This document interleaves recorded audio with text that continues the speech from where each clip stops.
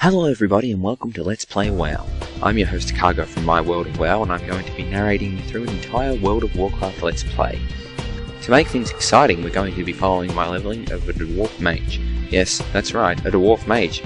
You don't see many of those, but, well, Dwarves were awesome, and Mages even more so. So without further ado, let's get started.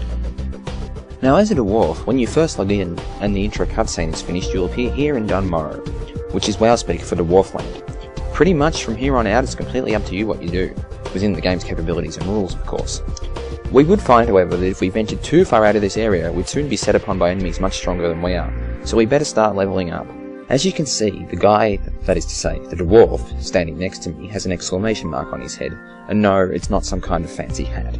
This means he wants me to do something for him. You'll find this kind of thing recurring through this game, that is, you'll be asked to do something by an NPC that's too lazy to do it themselves.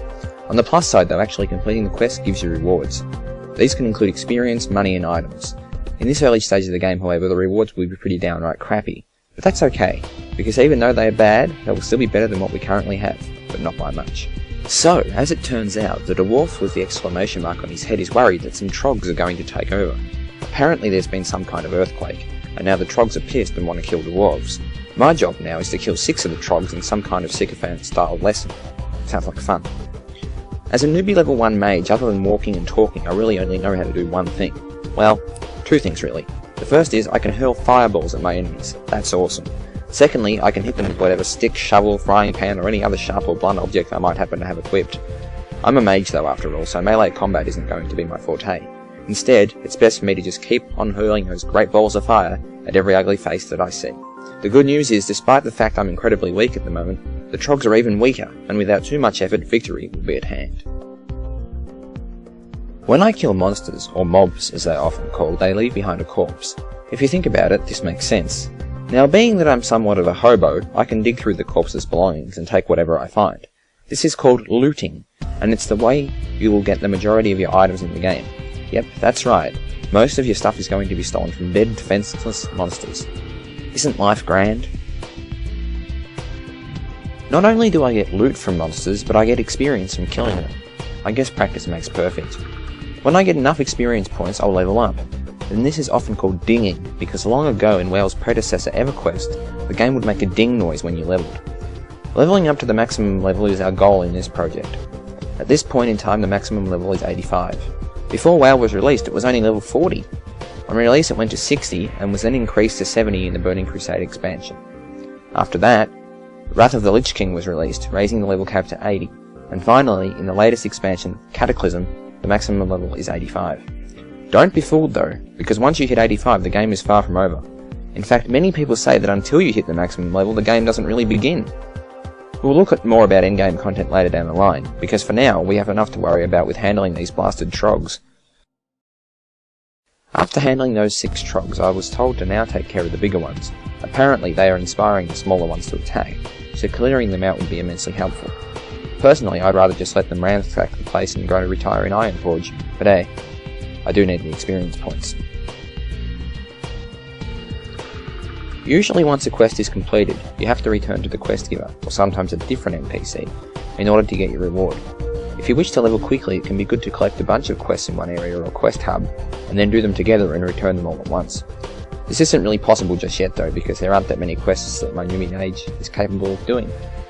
Some quests are known as quest chains, which as the name suggests means the quests are linked to one another. That is to say you need to complete part 1 of the quest chain before part 2.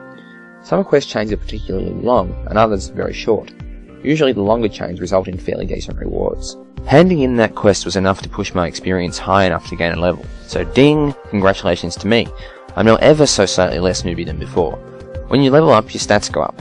Exactly which stats increase at what rate depends on your class.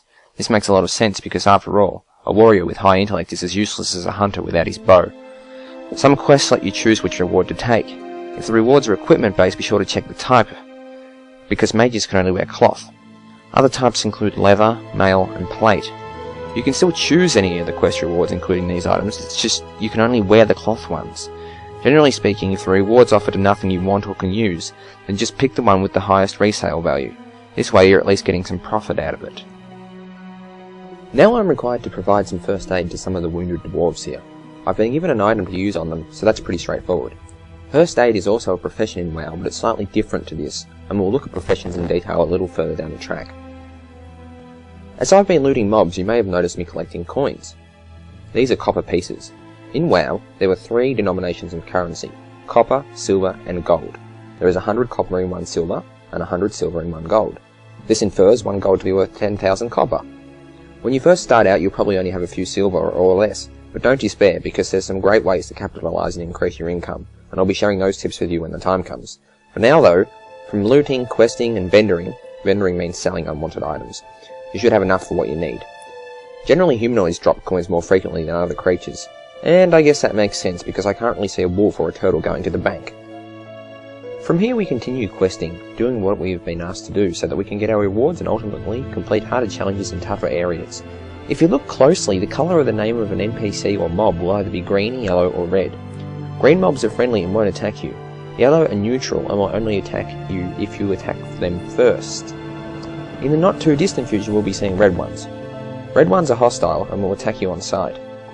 The distance you need to be in order for an enemy to start chasing you is called an aggro radius.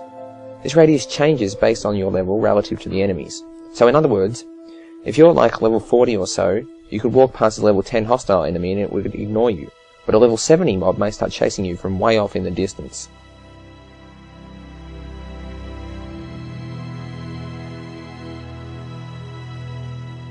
Looks like another quest is complete, so it's hand-in time. This quest hand-in offers me a choice of 3 rewards. Again, I'll choose a reward that's most useful to me.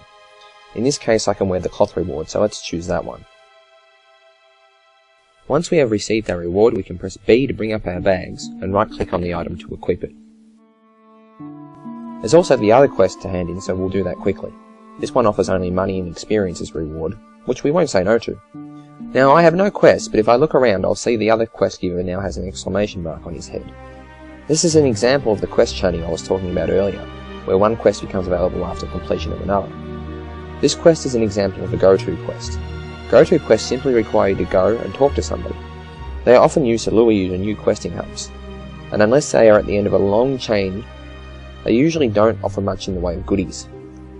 This go-to's purpose is to lure me to my class trainer so I can learn a new skill, which is pretty awesome.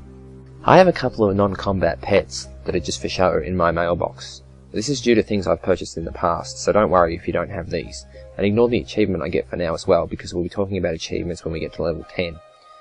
Now you'll notice from here on out, the video is sped up. This is so that we can cover more content in less time, and to make it actually practical to get all the way to level 85, without having thousands and thousands of YouTube videos. Upon handing in the go-to, some more quests will become available.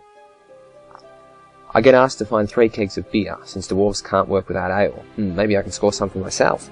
The other guy here also wants me to check for any archaeological fragments around. Now this confused me the first time I did it, because archaeology is a profession in WoW, and so I assumed I would need that profession in order to do this quest. However, it turns out the items are just scattered around and can be picked up by anyone.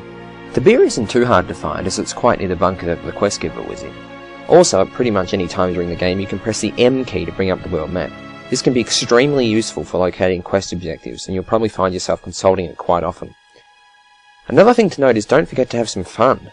You don't have to only kill the quest enemies, for example, and if you feel really confident, you could even try taking on more than one at once. You'll notice the archaeological fragments shine and glimmer to help you notice them. Once upon a time in WoW, this never used to happen, and I can tell you when it did, it was somewhat of a godsend, as it made finding things volumes of times better.